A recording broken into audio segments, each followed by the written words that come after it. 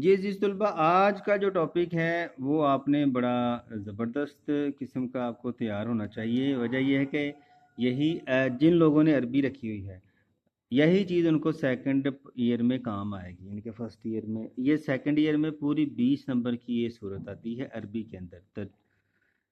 تو یا اگر آپ نے ابھی پڑھ لی تو وہاں پھر آپ کو نہیں پڑھنی پڑے گی۔ یا ایھا الذین آمنو، یہاں پہ ہم پڑھیں گے آداب نبوی، معاشرتی حکام، غیبت کے بارے میں، یعنی کہ آپ نے اونچا نہیں بولنا، نبی علیہ السلام کو اونچی آواز سے بلانا نہیں ہے، یعنی کہ آداب نبوی، نبی علیہ السلام کے آداب۔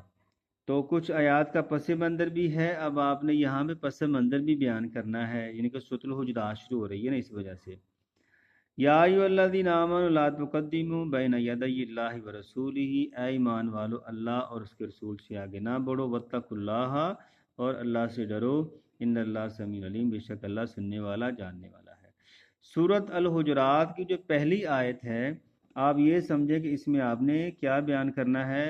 نبی صلی اللہ علیہ وسلم کی اطاعت و فرما برداری کے لوگوں، آپ نے نبی علیہ السلام سے آگے نہیں بڑھنا۔ وما آتاکم الرسول فخذوہ وما نہاکم عنہ فانتہوا، اور جو رسول دے تمہیں لے لو، جس سے منع کرے اس سے رک جاؤ۔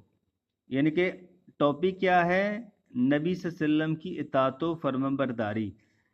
آپ صلی اللہ علیہ وسلم نے فرمایا تھا نا، میں تمہیں دو چیزیں چھوڑ کے جا رہا ہوں، تم کبھی بھی گمراہ نہیں ہو سکتے، ایک کتاب اور ایک میری سنت۔ اس کے بعد آگے نیکسٹ دیکھیں۔ نیکسٹ پہ ہم دیکھتے ہیں یا ایھا الذین آمنوا لا ترفعوا اصواتکم فوق صوت النبی، اے ایمان والو نبی صلی اللہ علیہ وسلم کی آواز سے اپنی آوازیں بلند نہ کرو۔ اس کا ایک خاص پس منظر بھی ہے، ٹھیک ہے؟ پس منظر آپ کو لکھا ہوا ہے کہ یہ آیتیں کیوں نازل ہوئی تھیں۔ اچھا، اب آپ نے پس منظر بھی تشریح میں بتانا ہے۔ فوق صوت النبی، نبی صلی اللہ علیہ وسلم کی آواز سے اپنی آواز بلند نہ کرو۔ ولا تجہروا لہ بالقول، اور باتیں کرتے ہوئے نبی علیہ السلام کے سامنے ایسے اونچا نہ بولو، کجہری بعضکم لبعض، جیسا کہ تم ایک دوسرے کے ساتھ اونچی آواز سے بات کرتے ہو۔ ان تحبط اعمالکم، اگر ایسا کرو گے تمہارے عمل تباہ ہو جائیں گے، وانتم لا تشعرون، اور تمہیں پتہ بھی نہیں چلے گا۔ یعنی کہ یہ نبی علیہ السلام کی محفل کے آداب ہیں کہ ایسے ان کے سامنے اونچا نہیں بولنا جیسے ایک دوسرے سے بات کر رہے ہو۔ ان الذین یغضون اصواتہم، بے شک وہ لوگ جو نبی علیہ السلام کے سامنے اپنی آوازیں پست رکھتے ہیں، اولئک الذین امتحن اللہ، یہی وہ لوگ ہیں کہ جن کے دلوں کا اللہ نے تقوی کے لیے امتحان لے لیا ہے۔ لہم مغفرۃ، ان کے لیے بخشش ہے، واجر عظیم، اور بہت بڑا اجر ہے۔ ان الذین ینادونک من وراء الحجرات، یہاں بھی ایک پورا پس منظر ہے۔ کچھ لوگ نبی علیہ السلام کو حجروں کے باہر سے ہی آوازیں دینا شروع کر دیتے تھے، جیسے کہ آج کل ہمارے گھروں میں بھی ہوتا ہے نا، باہر سے ہی آواز دے دیتے ہیں کسی کو۔ تو یہ ہم میں تو چلو چل جاتا ہے، لیکن نبی علیہ السلام کی محفل کے آداب یہ تھے کہ آپ صلی اللہ علیہ وسلم کو باہر سے آواز دے کے نہیں بلانا۔ کچھ لوگوں نے بلایا تھا تو اس وجہ سے ہی آیتیں نازل ہو گئیں۔ ان الذین ینادونک من وراء الحجرات، اے ایمان، بے شک وہ لوگ جو نبی علیہ السلام کو حجروں کے باہر سے پکارتے ہیں، اکثرہم لا یعقلون، ان میں سے اکثر عقل نہیں رکھتے۔ ولو انہم صبروا، اور اگر وہ صبر کرتے، حتیٰ تخرج الیہم، یہاں تک کہ آپ ان کی طرف جاتے، لکان خیر لہم، تو ان کے لیے یہ بہتر ہوتا، تو ان کے لیے یہ بہتر ہوتا۔ واللہ غفور رحیم، اور اللہ تعالیٰ بخشنے والا، رحم کرنے والا ہے۔ لیں جی عزیز طلبہ، یہ تھا ترجمہ۔ تو اب ہم دیکھتے ہیں، یہ دیکھیں پھر دوبارہ آ گیا، فعل ماضی کی تعریف کریں۔ فعل مضارع کسے کہتے ہیں؟ ایسا فعل جس میں دو زمانے پائے جائیں، حاضر مستقبل۔ فعل امر کسے کہتے ہیں؟ جس میں حکم دیا جائے، نہیں جس میں کسی کام سے منع کیا جائے۔ مرکب اضافی کیا ہوتا ہے؟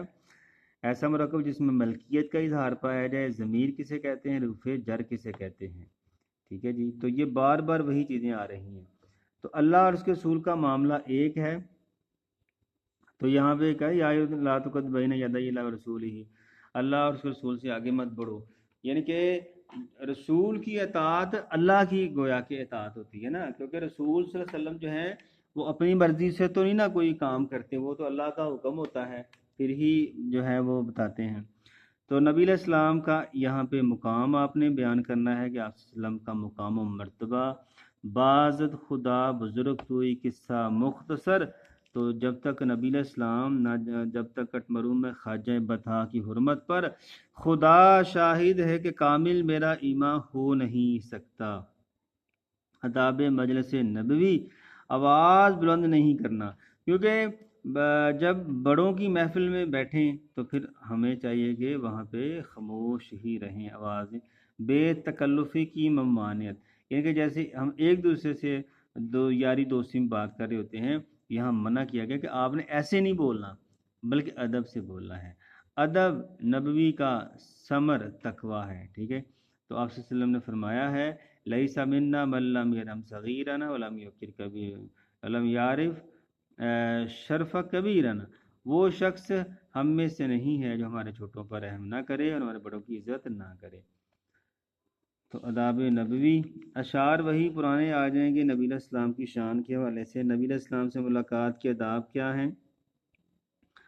تو پس منظر، آیت کا پس منظر جاننے کے لیے دیکھیں نا، آیت کا پس منظر بھی آپ نے بیان کرنا ہے.